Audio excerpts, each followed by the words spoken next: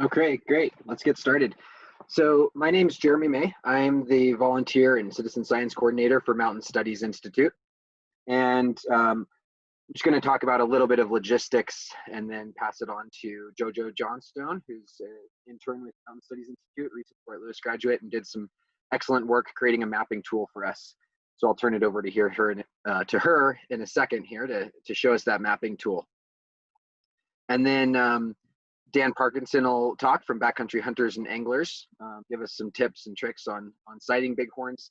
And then we'll turn it over to Terry Meyers with the Rocky Mountain Bighorn Society to go over kind of a Southwest Colorado tour of critical areas. And we're going to ask that you keep questions until the end primarily. If you have anything really pressing for JoJo or Dan at the beginning, you could ask them.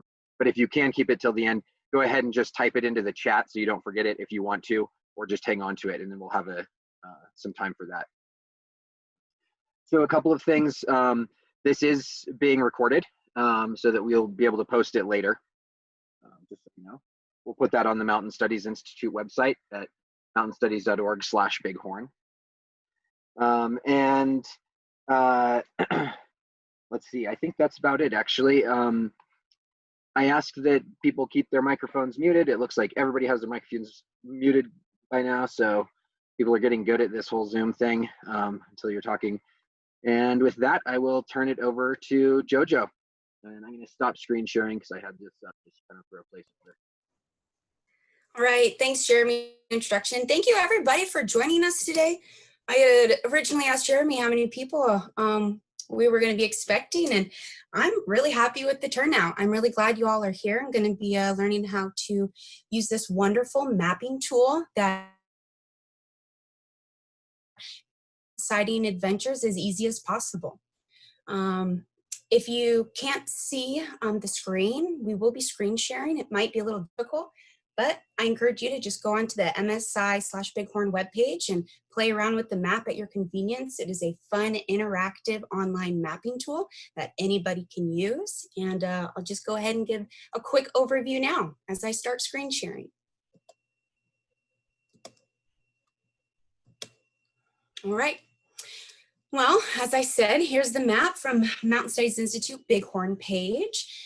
If you can see over here to the left-hand side of the page, you'll see this legend, which is interactive. You can go ahead and click on and off layers at your will. If you see on this map here, these red dots will represent the bighorn sheep sightings. Blue dots that now appear will represent our domestic sheep sightings, and we also have domestic goat sightings, which are actually more common throughout the area than I had expected first coming onto this project, which is fantastic. Let's see. Feel free to go ahead and play around with the legend at your will. Over here, we have our wilderness zones that we can turn on and off. You can see these map layers pop in and out as we go ahead and click on the legend items. And this will come in very handy as we start zooming into the map because it does get messy. And you'll see some black lines pop up as we zoom in closer. And these lines will represent the entire Colorado trail system throughout the state. Over here on this legend, we can zoom to these trails, or for our Four Corners area, I'm aware that we've expanded to the entire state of Colorado, but we do have some highlighted trails for our Durango area. We can zoom to this location and you'll see these red highlighted trails here that are trails of importance and lots of bighorn sightings that I'm aware of. If you go ahead and follow these trails, click on map legend or the map items as you please. They'll pop up with a bunch of information here. As you can see, this is Johnson Creek Trail, and it'll give a whole bunch of information about here, saying even if your dogs are allowed, you can go ahead and take horses. It'll let you know what type of motorized vehicles are or are not allowed on the trail access. If we go up here to the upper right hand, we can type in city names, location names, anything you'd like to know. And what you know, Durango, Colorado is exactly where it should be. Go ahead and use that as your leisure to help locate items of importance for you. And we have this other feature down here where you can toggle different base map layers, which might make it easier for you to locate yourself. It's a little easier to see with this base map view, kind of where you're at, but you can go ahead and switch back and it'll give you more terrain options. So you can kind of see the level of difficulty you may be getting yourself into as you go hike around to look for bighorns. I believe that's about as much information as I can give without you guys just go ahead and playing around with the data set for the bighorns. Like I said, I encourage you to just click on stuff, scroll around, look at things, and log your data points because we appreciate it so much. And I think that's the end of my little spiel. So thank you. Great. Thanks, JoJo.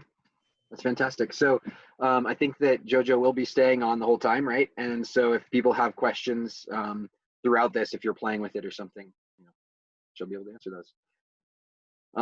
I want to turn it over to Dan Parkinson with Backcountry Hunters and Anglers, and you should be able to share your screen now. Thank you.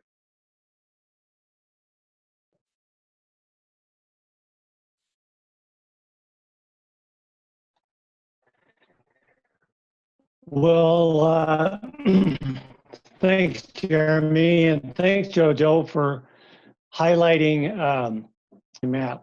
It's really a wonderful tool, and we all look forward to using it more and more as we get into really the heart of good bighorn viewing season. Mid-August through mid-October is an excellent time to be out in Southwest Colorado looking for bighorns. And I just wanted to start my talk by just saying thanks to all our partners.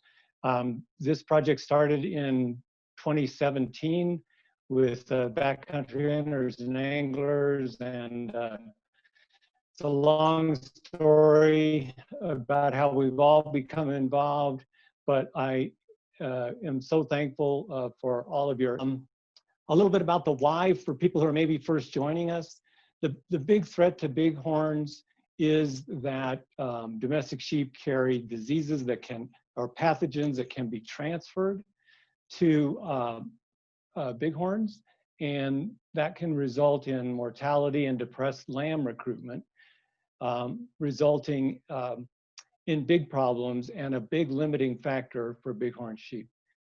This statement is consensus science.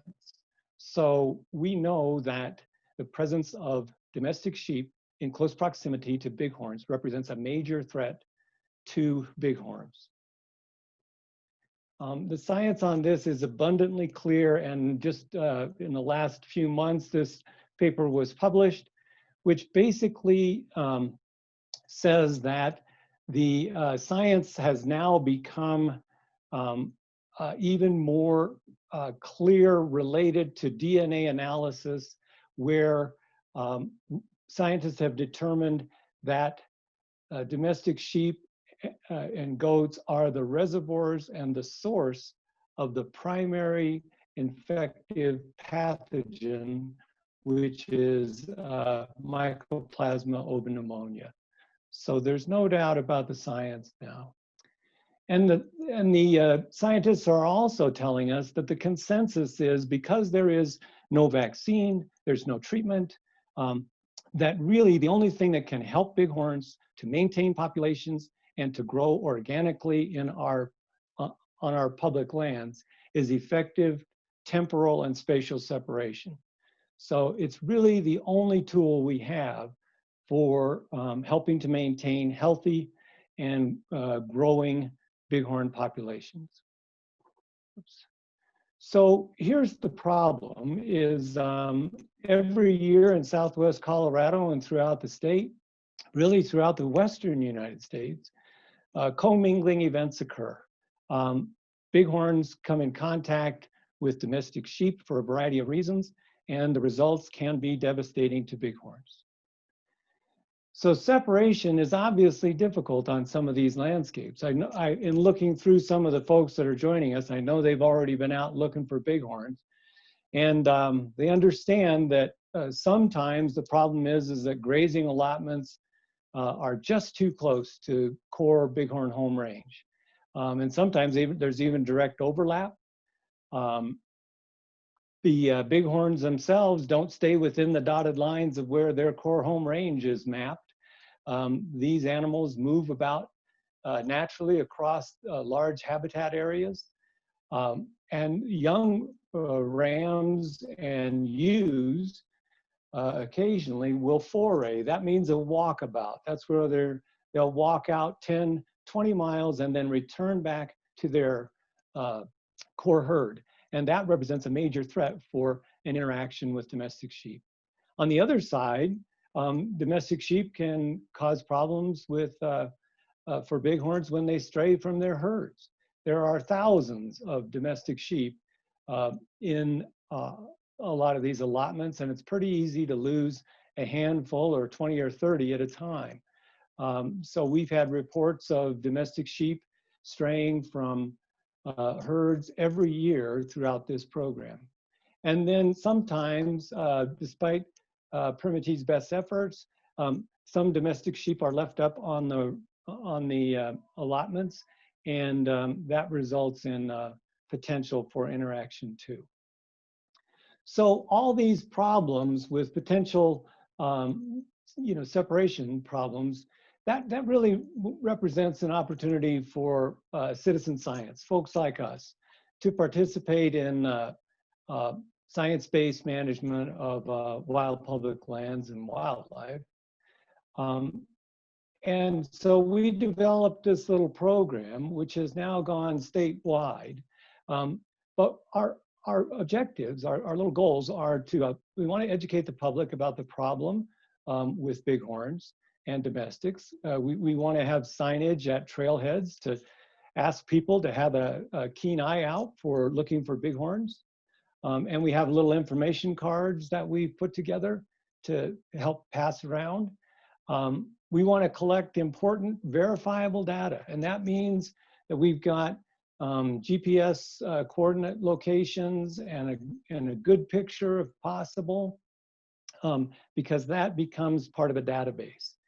And then we want to have real-time reporting of commingling events, and Terry may talk more about some of these, and he'll talk about how to use iNaturalist and give you a few tips on that. And then with a great thanks to MSI, who's really our hardcore science group. They compile all this data and then meet with agencies at the end of every grazing season. So some things to remember when we're out looking for bighorns. One is that we want to be respectful of the operator, the permittee, the herder, the livestock, and also the livestock dogs. We're not there in any sort of policing effort at all. We are strictly there observing, trying to find bighorns, enjoying our time on our public lands. And if we see something that doesn't seem right, we'll take a picture and we can contact the appropriate agencies. In particular, I'm worried about people being exposed to the livestock dogs. You can read that list as well as I can, but use common sense, keep your distance, back away from them, and move slowly. Take care of your dog, make sure that it's leashed to prevent any problems there. So we want to be respectful and we want to be safe. Some tips for actually viewing bighorns. Terry's gonna, the majority of this talk tonight is going to be done by Terry Meyers, who's, boy, he's a real expert with bighorn biology and herd history throughout the state. So he's going to give us all kinds of areas to actually go look. But here's some general tips for looking for bighorns. The first one is that bighorns are where you find them, and you can drive around and see them, or you have to walk in 10 miles.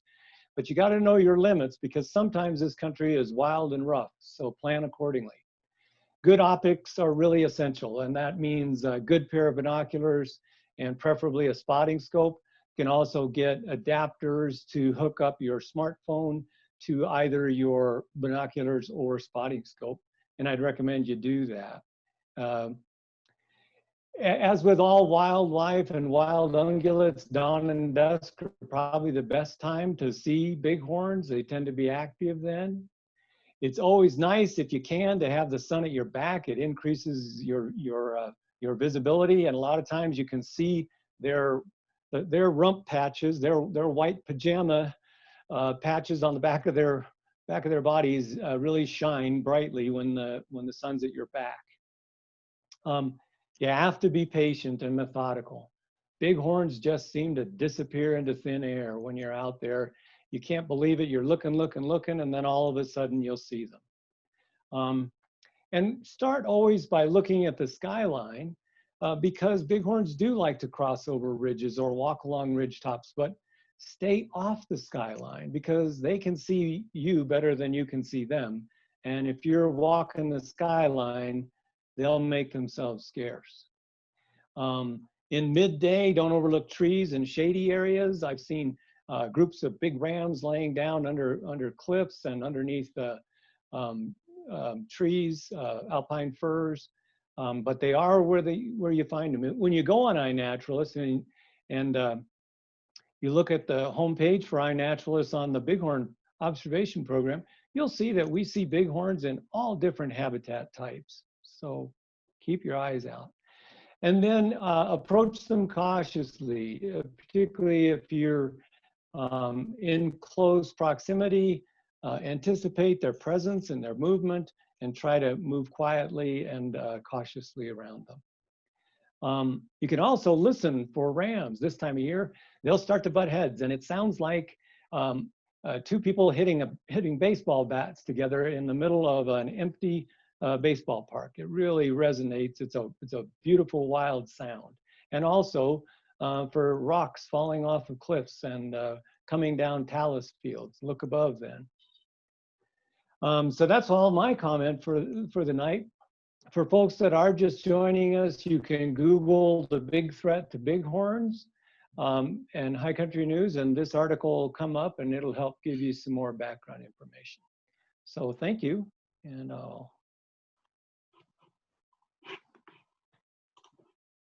Okay, thanks, Dan.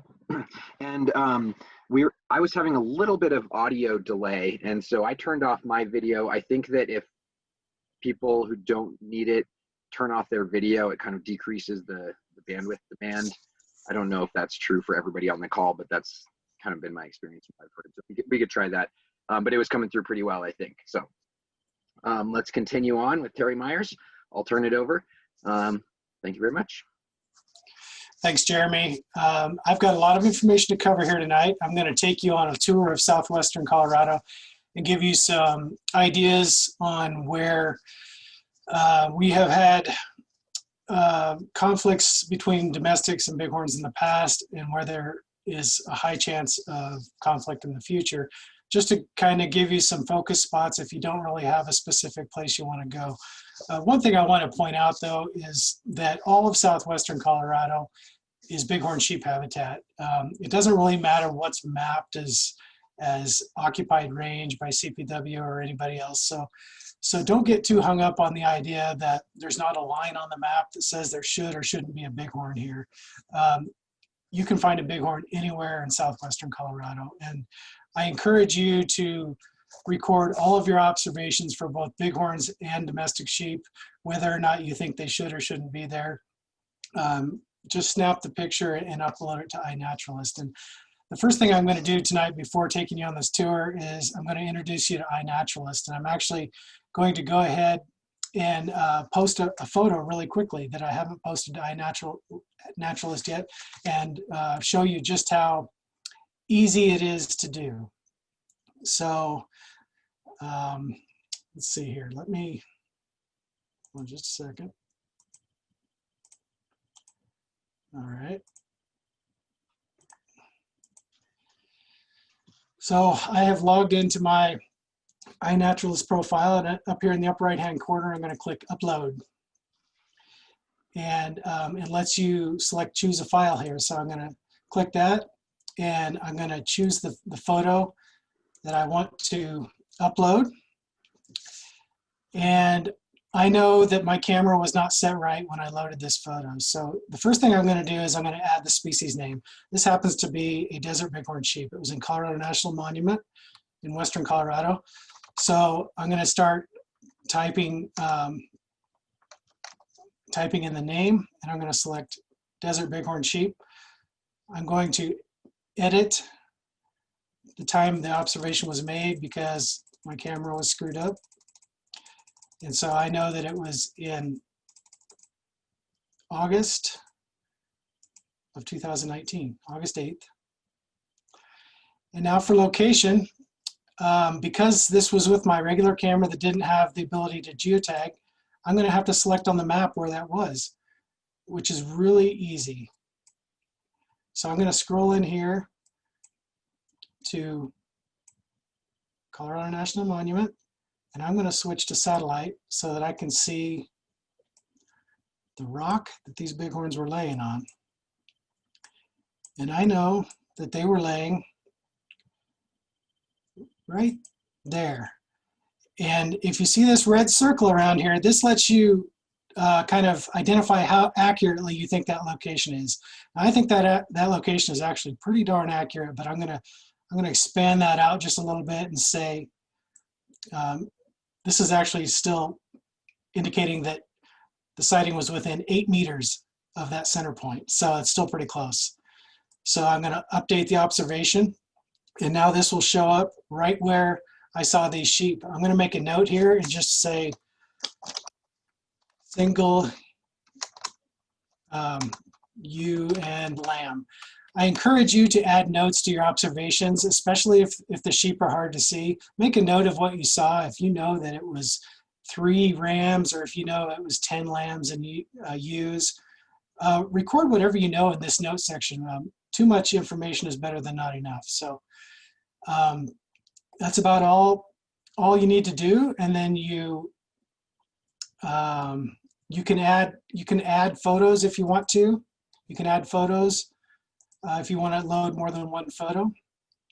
And then it's up here in the right-hand corner, I can add the observation. And now it shows up in my observations. I can click on it. There it is. And if I go over here to the map, it shows me right where that was located. And it's as easy as that. So like I said, let's get through this whole presentation. If you have any questions, you can ask. This is obviously recorded, so you can come back and check this out again. But that's how easy it is to make an observation. If I would have taken this photo with my cell phone, with the location services turned on, I wouldn't have had to go through that mapping process. I would have just had to enter the species and the note and upload it, and it would have automatically posted it where the metadata in the photo showed it to be. So that's how easy it is. So now I'm going to switch over to the map,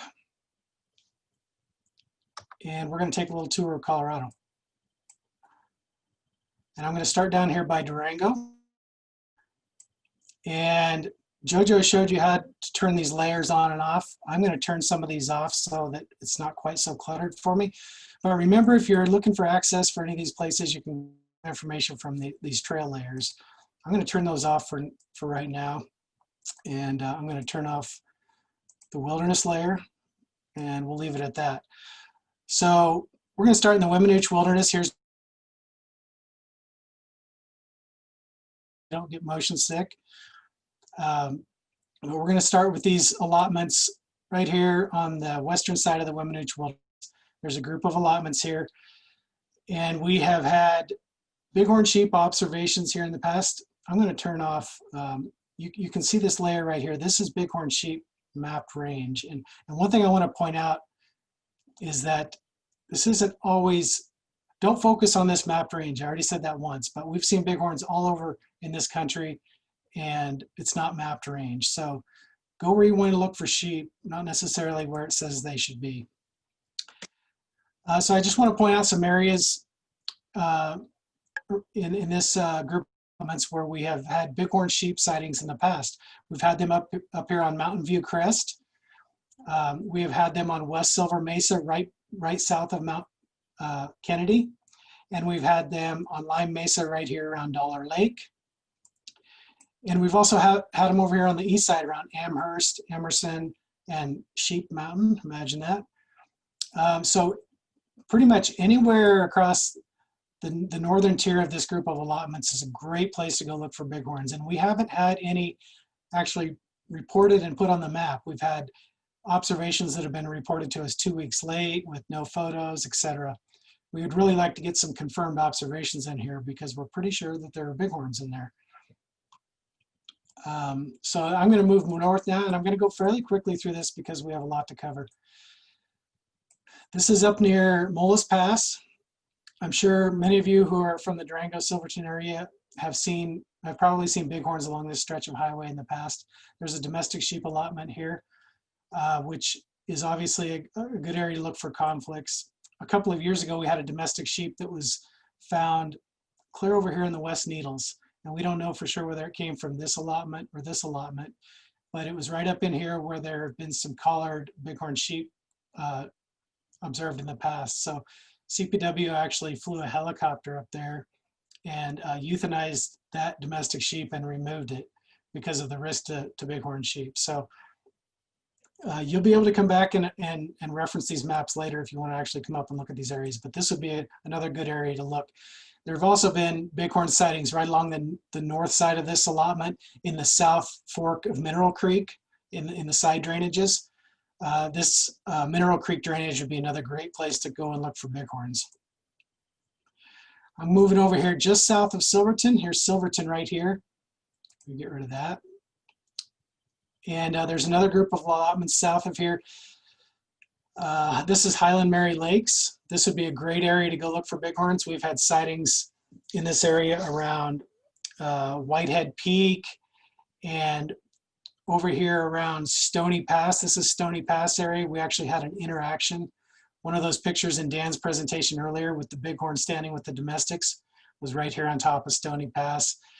And we have had incidental bighorn sightings all through this area. So another great spot to go look for bighorns on these domestic sheep allotments. The yellow is BLM domestic sheep allotments and the green is Forest Service domestic sheep. One other thing I want to point out here that just kind of underscores the idea that you can find a bighorn anywhere. We had some collared bighorns down here in the Weminuche Wilderness, and a couple of years ago, a bighorn went from down here on the Pine River near Vicedo, and he took off on a walkabout, and he went all the way up through this country to Elk Creek, and he did it in 3 or 4 days. And he hung out one day in Elk Creek, and he turned around and he traced his footsteps back to the Pine River. And that was about 20 miles, 20 straight line miles on the map across some of the most rugged country in North America. And he did it no problem. And none of this in here is, well, none of this in here is mapped bighorn sheep range. So it just underscores the idea that you can find a bighorn sheep anywhere. So I'm going to move to this area north of Silverton. And I'll start over here on this allotment here. Red Mountain Pass is right here at the top, and Silverton is down here on the south end. Everything west of the highway here is domestic sheep allotments, and we have had several stray domestic sheep reports in this area, as well as some bighorn sheep sightings. In fact, there was a couple of bighorn sheep that showed up with a couple of stray domestic sheep here a couple of years ago and were euthanized. The bighorns were euthanized by CPW because of the risk of disease. So this is another area that's not mapped as bighorn sheep range, but bighorn sheep showed up there and met an untimely demise. Now this area north of Silverton here between Highway 550 and the Animas River, it's almost all domestic sheep allotments. There have been many sightings of bighorn sheep in this area from this Emery Peak area all the way up to around Houghton Mountain. There have been several bighorn sheep sightings in this area. So this would be a great place with easy access. You know, there's roads all over this country where a person could go and look. And in fact, there were 3 bighorns euthanized right up in here that came into contact with a big band of domestics a few years ago. And CPW had to go up and euthanize those 3 bighorns. This allotment over here, I will tell you, we need to update this map because this allotment is actually vacant in the Handy's Peak area, and it probably won't be restocked. But I'm going to move further north into one of our, I would say that this is the highest priority area in southwestern Colorado, probably the greatest risk of conflict in this area. We are just east of Ouray. Here's Ouray. This is the Bear Creek drainage. And I would say nearly every single year in the upper end of this Bear Creek allotment, we have either interactions or near interactions. I got a report just 2 weeks ago of bighorns up here a half a mile away from the domestics. So this is an annual occurrence, and there's quite often strays found in here after the season. This is a great place to go look. As well as over here in the American Lake and the American Basin area. This is all, you can see this is domestic sheep allotment in here. But one thing I want to point out, Difficulty Creek and Wild Horse Creek and Cow Creek here are largely not within a grazing allotment. And there are bighorns all over this country, and we have had reports in the past of domestic sheep grazing down these creeks into these areas that were actually closed to grazing to protect bighorns. So this is another great spot to go look for bighorns and potentially domestic sheep conflicts. I'm going to move to the east here, and I'm going to zoom out a little bit. This is Henson Creek that comes up from, that flows down to Lake City. And if I zoom out here, you can see there's a group of allotments that runs north here, all the way past, I don't know why this is Hanging Lake. This is actually Silverjack Reservoir now. Maybe it used to be Hanging Lake. But all the way from Henson Creek all the way up to Silverjack is bighorn sheep country. And so any of this country in here, when you're out there, bighorn sheep observations, domestic sheep observations would be great to have.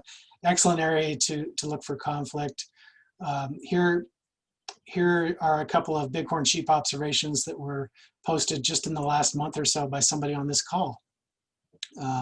So you can see that those were on a grazing allotment. So I'm going to move over to the Creed area now and zoom in here. Creed is right there. And I'm going to zoom back out to show you something here really quickly. You can see all these green allotments. This group of allotments right here is actually vacant. They're not grazed, but this one is. And it's a part of a group of pastures. Sorry, hold on a second.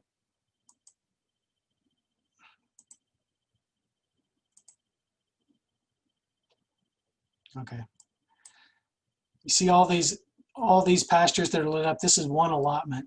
And this allotment is a big concern for bighorn sheep. You see all these bighorn sheep sightings right here. This is Bristol Head, just west of Creed. This is an area where there are a lot of bighorn sheep, as well as up here on Bellows Creek and down here by Wagon Wheel Gap, if you're familiar with the area. So we are really interested in looking for bighorn sheep in this area because there's a great chance of conflict with domestic sheep trailing between all the pastures of this allotment. They trail right up this highway, right past the bighorn sheep. Actually, they trail this way, right past the bighorn sheep at Wagon Wheel Gap. This south pasture is actually the Collar State Wildlife Area. If you're familiar with that, it's grazed as part of this U.S. Forest Service grazing allotment. And also up here around Mesa Mountain and Boot Mountain, it's another great spot to go look. There's especially on this west end, there's a good chance of running into bighorns on this allotment. So I'm going to move south now, and we're going to go south of Wolf Creek Pass. So Wolf Creek Pass is right here, and this is the South San Juan. You can see there are several domestic sheep allotments down here. Anywhere along the Continental Divide, all the way down to New Mexico, there are bighorn sheep in here, and there's the potential for conflict on these allotments that are in here. In fact, just a couple of weeks ago, I had a report of 3 bighorns right here on Summit Peak, and the domestic sheep were about a mile away down here in this creek bottom. So great chance for conflict here. We'd love to get more reports. because frankly, the agencies don't know where the bighorns are down here. And any sightings like this that confirm locations of bighorns helps them to make management decisions to help protect those bighorns. So there's one more area I want to show you guys. These are all these areas I've shown you previously are summer grazing allotments. So you're likely to find big bands of domestic sheep out in these areas July through September. But you might find stragglers after that. October is a great time to get out and look for those stragglers that were left behind. Because that's when the bighorn sheep rams start moving around, and you have that potential for interaction is much greater because the sheep herder's gone, the sheep dogs are gone, and those domestics are out there by themselves. If you would like to get out in the winter and look for bighorns and domestic sheep together, I'm going to take you up here to the Dominguez Escalante Conservation Area, National Conservation Area. Delta is right here. So this is just west of Delta along the Gunnison River. You can see there are all these BLM domestic sheep allotments, and these are winter allotments. So they're grazed from December through March. And I'm going to actually turn on this bighorn sheep layer again, just to show you that there are bighorn sheep all along this river here, and there's a this entire allotment is within bighorn sheep range. There's a tremendous potential for interaction down here, and so if you're looking for a place to go that has really mild weather in the winter, to do a hike, Escalante Creek and Dominguez Creek up here, great places to go look for bighorns and also maybe that domestic sheep straggler. So that's all I have for that. I'm going to stop sharing really quickly here, but I'm gonna share again my contact information. Feel free to contact me anytime if you have questions about where to go or how to report things or questions about what you might have seen. Feel free to reach out to me anytime. Shoot me an email and I'll get back to you right away. Call and leave a message. I will return your call. I love hearing from people and talking about sheep, so don't hesitate if you have questions. That's all I have. If Jeremy doesn't have anything else, I can take questions, or any of the other people who gave presentations can take questions as well. Yeah, I don't have anything else, so let's just open it up to questions for any of our speakers this evening. And I haven't seen any in the chat, so I think I'm going to share my screen again. Can everybody see my contact information now? Okay. Yep. And if you can't see it now, you can go back and watch this video later, and you should be able to find it. I have a question, Terry, for you that I don't think you addressed this. This is Skiba talking. Do you want to talk a little bit about the historical present bighorn sheep, and I mean in the sense of the numbers of sheep and the situation that we're in? You may have touched on that, and maybe Dan did too, but I think it's a really important thing for people to understand. Sure. You know, bighorn sheep were probably once the predominant ungulate in Colorado, if you can imagine that.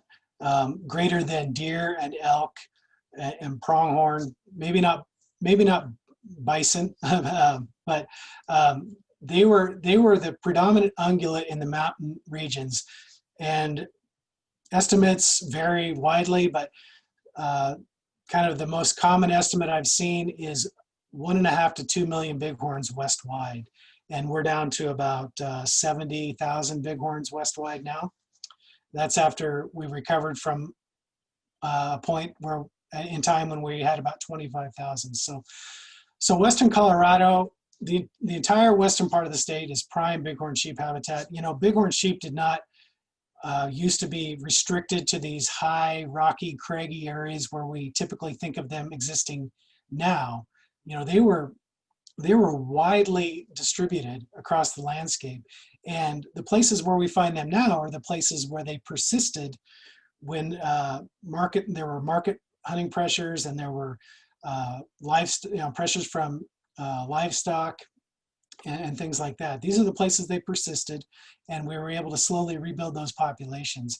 But they were much more widespread in the past, and that's why I say that you can find a bighorn anywhere, because every once in a while one will go wandering and they'll cross this habitat where that they used to occupy, looking for their bighorns.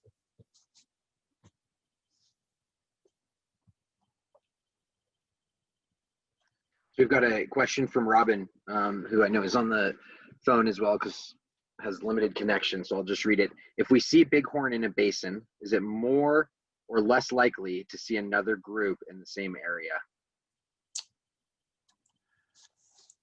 Well, I will say that from my experience, if you're in bighorn country, you could see a bighorn anywhere, and I've seen multiple groups, from the same location in the past. Often what I've noticed, especially when I'm out in the summer, is that I might find a group of ewes and lambs in one basin, and I might find a group of rams in the next basin over, or even somewhere, 500, 600, 700 yards away in the same basin. So it's not uncommon to find scattered groups, especially when those groups consist of rams and ewes. Usually they'll be split up in the summertime, but they might be in somewhat close proximity. And Terry, would you mind typing your contact information into the chat, because it was still cut off for Sure. some folks. I don't know that I have the correct number. So Craig, did you have audio that you want to ask your question? Yeah, thank you. So Terry, when you're talking about recording observations in the iNaturalist, is it necessary always to have a photograph, or can you do that without it? Well, obviously a photograph is best if you can, even if it's a distant photograph that we can make out.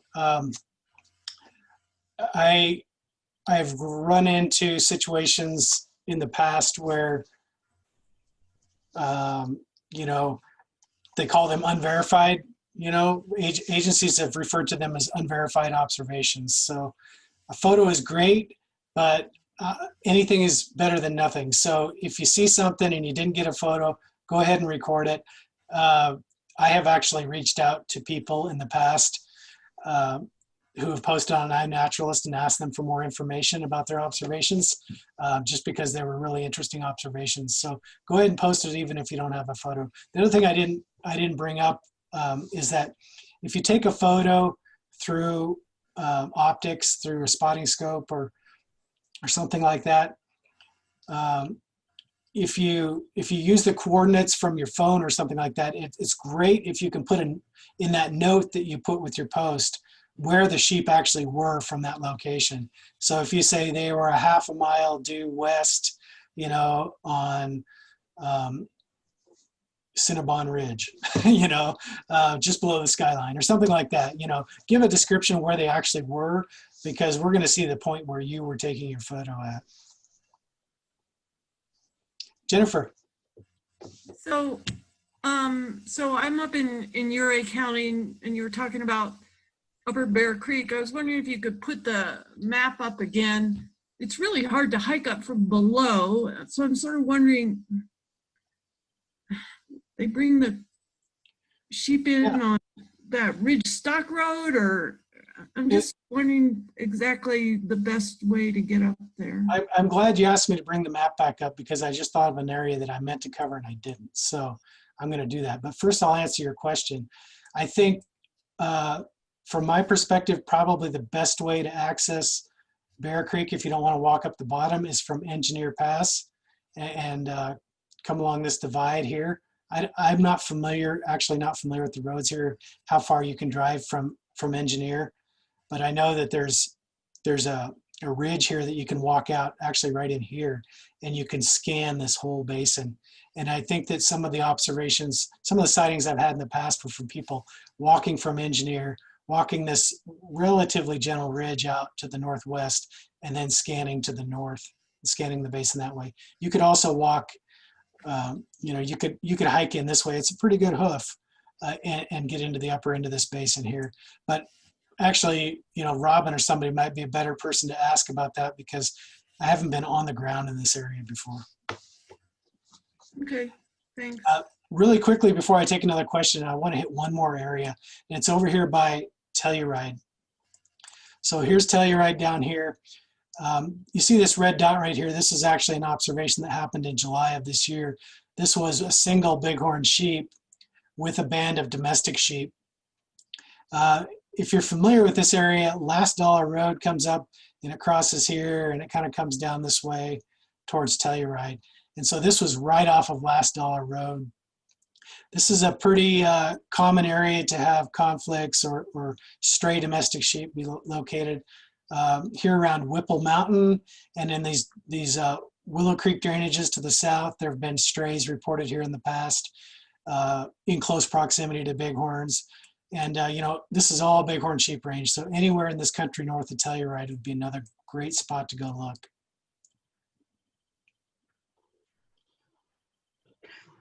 Great. So Robin put in the chat there that Engineer Pass is pretty gnarly, but there are lots of Jeep tours and we might hire one to take us up, she says. And along those lines, I've got a question from, I think, Dan, who's new to the area, wondering if there are any group hikes looking for bighorns planned. And we have representatives of the Great Old Broads for Wilderness here, both in the North San Juan and the South San Juan broadbands, as well as San Juan Citizens Alliance and Backcountry Hunters and Anglers. So I don't know if this year we usually do have some group hikes, but I don't know of any. But do any of you groups have anything planned? You can correct me if I'm wrong about that. I think not this year, considering. Jeremy, I'll speak up here. We hope we may be trying to put something together in early September to mid-September and possibly into October to if we get reports that indicate that we'd like to get some boots on the ground in an area, and we will be glad to post that through BHA and through the Broads. We've worked with the Broads on several trips, and it's a wonderful opportunity to get together, and we can do social distancing while we're trying to help ensure that bighorns are socially distanced from domestics. So. Thank you. Great. And I'll just mention there in the chat, Jennifer says that to get up Engineer Pass, it's easiest to drive up from Animas Forks.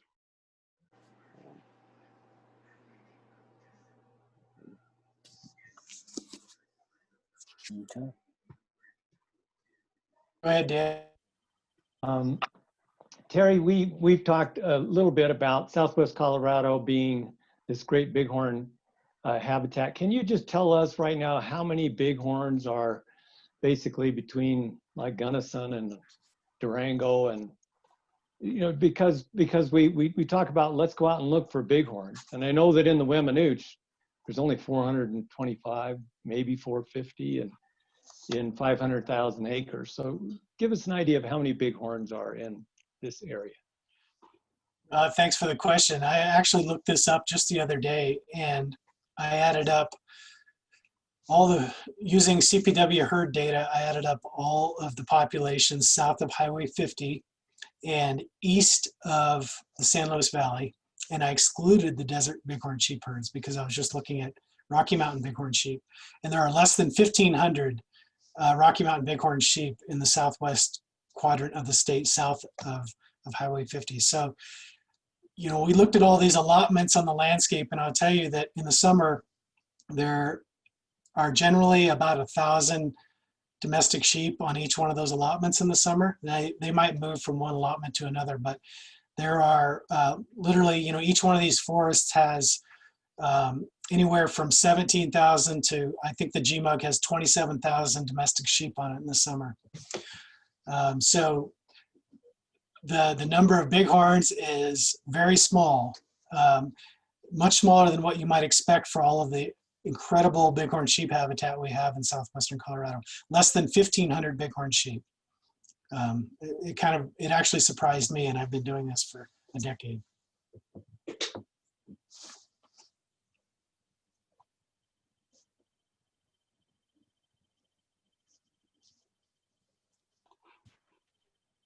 Great. So we have some time if there are any other questions. Robin chimed in about the group hikes question. With COVID, the Broads is pretty much doing surveys solo or with family groups. And Jeremy, I should probably clarify that that's up here in the northern San Juan. I don't know if Ann is having a different protocol down her way. Terry, I also wanted to ask, sort of what does it take in terms of numbers of sightings in proximity, or as you call it, interactions, to change any kind of allotment boundaries or operating instructions or anything like that? Well, that's a good question. And when I figure it out, I'll let you know. No, it really depends largely on the agency, whether it's the BLM or the Forest Service, and it really comes down to the managing district as well. There are big differences from district to district on the same forest, and it kind of depends on who is in charge, and more importantly, it depends on any kind of NEPA documentation that has been done in the past regarding permit renewals. And so some places have pretty good stipulations in their NEPA that says if we see, for example, if we see bighorns on an allotment 2 times, we're going to vacate that allotment. We're going to make you move, or or not graze at all if we don't have another place to move you. Other places don't have that, and so if you don't have options in the NEPA, it's usually very difficult to get a change made, especially in the middle of a term permit. And these permits are usually issued for 10 years. There is an opportunity, though, if you have a lot of good data at permit renewal, to make a case for changing an allotment boundary or vacating an allotment, not renewing that permit. But you really need that data, and you need to make a good case. And so that's your best opportunity to get a change, really, is at permit renewal time. And so that involves people really engaging that NEPA process and submitting good comments and saying, hey, look at all this data that's out there that says there are bighorns here and there have been strays in the past, things like that. If you can make a good case, that's the best time to do it. In general, those changes are not made, though, in the middle of a 10-year term permit. And Terry, do you keep track of when those renewals are coming up? Yeah, I keep track pretty closely of when those are done. It's become a really slow process. These permits are 10-year permits. A lot of times they will start in the last year of a term permit. The thing is that they can renew those kind of on an annual basis or even on a 10-year basis in perpetuity without doing NEPA because of the way the law is right now. So sometimes when it's a really difficult decision, that decision process might take a long time, and in the meantime they continue to graze. I'm working on, there are open decisions out there that I've been working on since 2012. So these processes have been going on for 8+ years now, and a decision still hasn't been made. But the reason why the decisions are difficult is because there are people engaging the process, and there is data available that shows that there is a risk. So that's why this data is so important.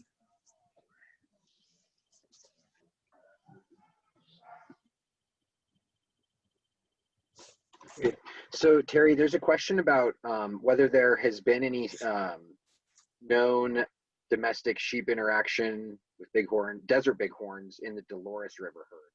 Do you know anything about that? I'm not aware of any interactions in the Dolores River herd. There are actually not too many public land grazing allotments in close proximity to those herds on the Dolores. But there are probably opportunities for them to come into contact with private hobby flocks and things like that. But I'm not aware of any interactions, nothing that's been documented. There have certainly been interactions documented on the Gunnison River near Delta and Montrose.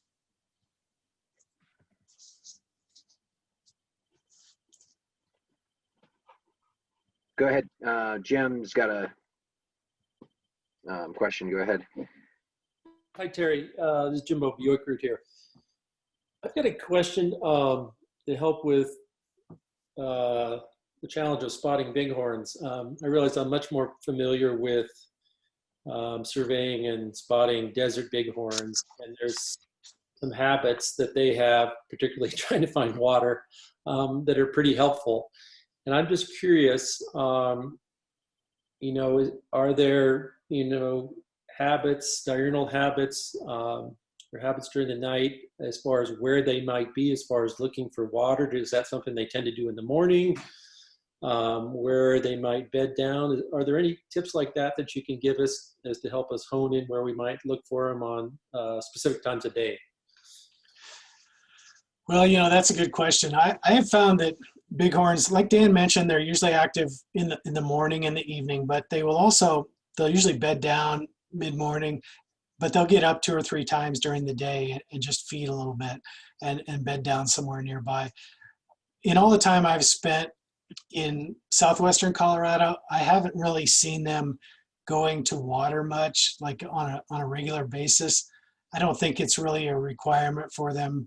I think there's enough, there's probably enough moisture in the food they're eating in the summer with all the rain and the dew that I really haven't seen them like going down to a creek bottom and getting water. I will just say, like Dan mentioned, I've found them bedded on the skyline a lot, especially, above timberline on the skyline is a good place to find them. You'll just see something that looks like a rock on the skyline. Turns out it's a ram, you just see his head sticking up there. At the base of cliffs, at the base of trees. But if they're not up moving around and out in the open where you can see them, it can be really, really tough. And I've sat and looked at a hillside for an hour or two and not seen anything. And all of a sudden a sheep stands up. So it can be really difficult if they're not up and moving around. And I don't have a lot of good tips except to look really hard, especially in those rocky, cliffy areas where it's hard to see. Once they bed down, you just have to pick it apart or wait for them to stand up. Great, thanks. Is that just one deal? Is the ridge top behavior, is that kind of a predator awareness? They're scoping the territory? I can speculate that that's what it is. I mean, that's what I would guess, is that everything is below them, from up there. Yeah. It makes sense. I've seen them feeding on the sides of ridges and then kind of move up to the top and bed down. And I've seen them bedded up there in 40-mile-an-hour winds where you think nothing would want to be, but that's where they want to be. Yeah. Thanks, Terry. Yep.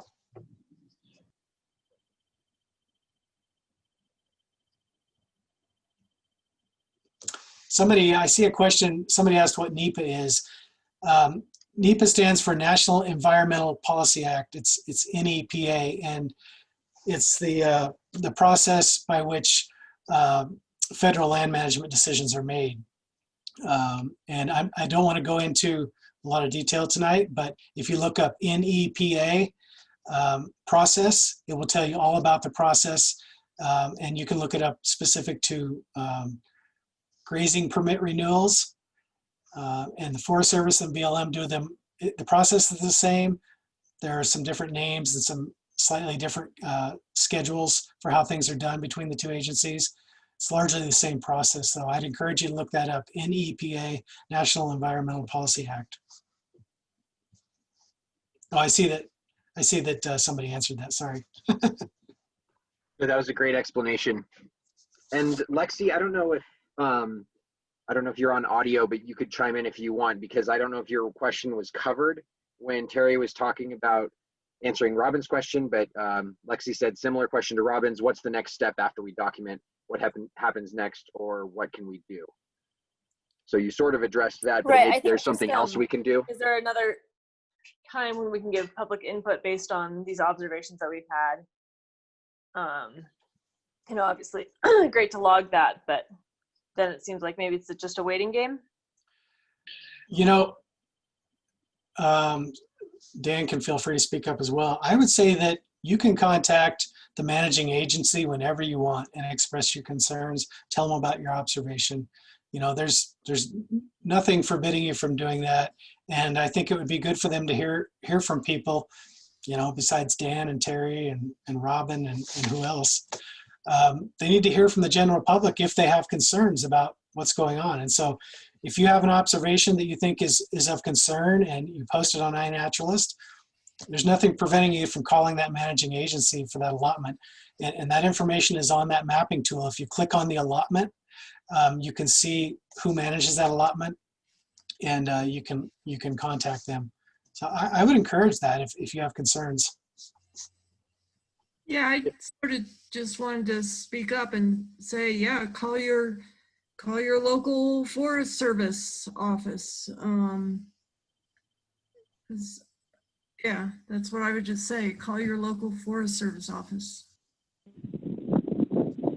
Hey, and Lexi, this is Robin, and I'll tell you that before I headed out to the wilderness last couple of weeks, I sent a special email to Sam Staley, the GMUG lead planner, who Lexi and I and some other folks have been working with for several years now on the GMUG Forest Plan revision, and specifically a conservation proposal, a community conservation proposal. And a couple of the places that I'm learning about that are bighorn habitat are places that we are proposing for either recommended wilderness or special interest areas in that revision plan. And Lexi, I got, you know, very favorable responses from the GMUG supervisor's office. And so, you know, like Jennifer's saying, is just like, keep pounding the pavement, you know, and anytime we can elevate this issue with either our district rangers or even at the SO's office, we might as well do it.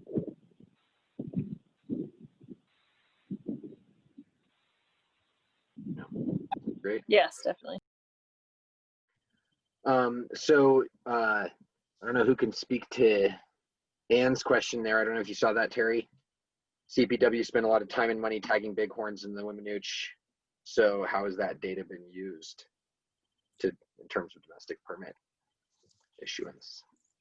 Well, from my understanding, they were planning on using the data they collected there in the next version of the environmental impact statement, which is part of the NEPA process that was done on those allotments in the Weminuche. And I understand that they had some collaring, you know, some problems getting collars on sheep. They had a lot of mortality from the sheep they did collar, often through, you know, things like avalanches and stuff like that.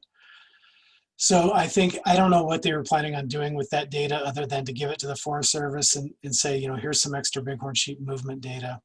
You know, the Forest Service, though, I'll say the Forest Service had already completed what they call a risk of contact analysis. That's the risk of the modeled risk of a bighorn sheep coming into contact with those allotments. And they found the risk was really, really very high.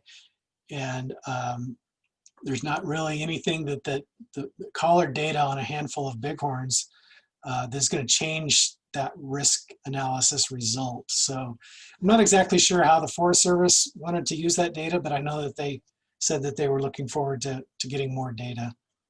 And I would say that RMBS actually spent a big chunk of money putting those collars on bighorn sheep in the Weminuche. We spent considerable amount of money down there, and we raised a large portion of the rest that was used for that project. So yeah, did I answer that question? Yeah, I think so. Good.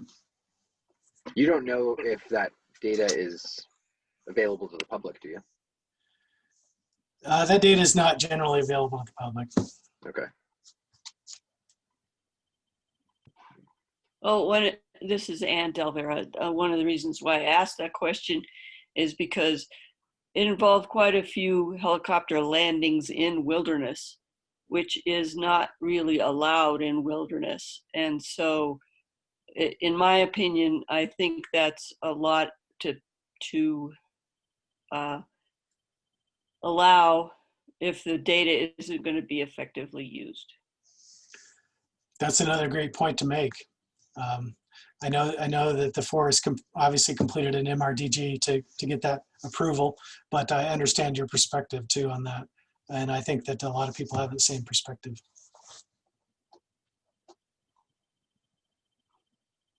Okay. Well, thank you all very much for your time. I don't see any other questions. If there are any other last questions, let them be spoken. Yeah.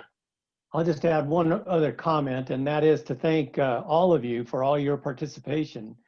And you've hit the nail right on the head that this problem is largely kept quiet, or it's not in the public eye. And so when we, as citizen scientists, start to make observations and we respectfully report our findings to the agencies, that is a critical part of shifting the focus onto this iconic species that really, if we think about how rare they are in Southwest Colorado right now and how many there should be, and that reflects the overall health of this great landscape that we all enjoy.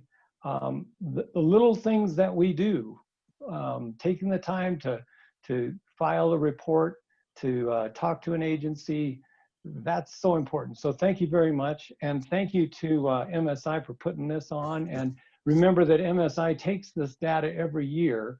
And as a non-advocacy group, they just present the data to the agencies. So we're very thankful for that. And enjoy yourselves out in the backcountry.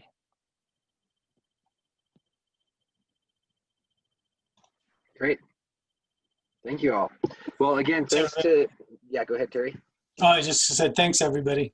Appreciate it.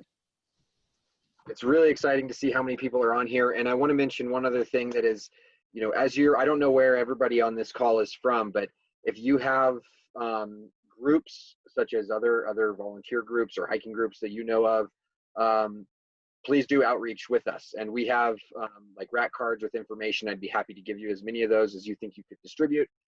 Feel free to email me separately to ask for that. And otherwise, thank you so much for your time and participation. And thanks, Terry, for that awesome presentation. I learned a lot. That was really cool to learn more about this area that I grew up in and how to find them. Thanks, Dan and JoJo, for your input as well.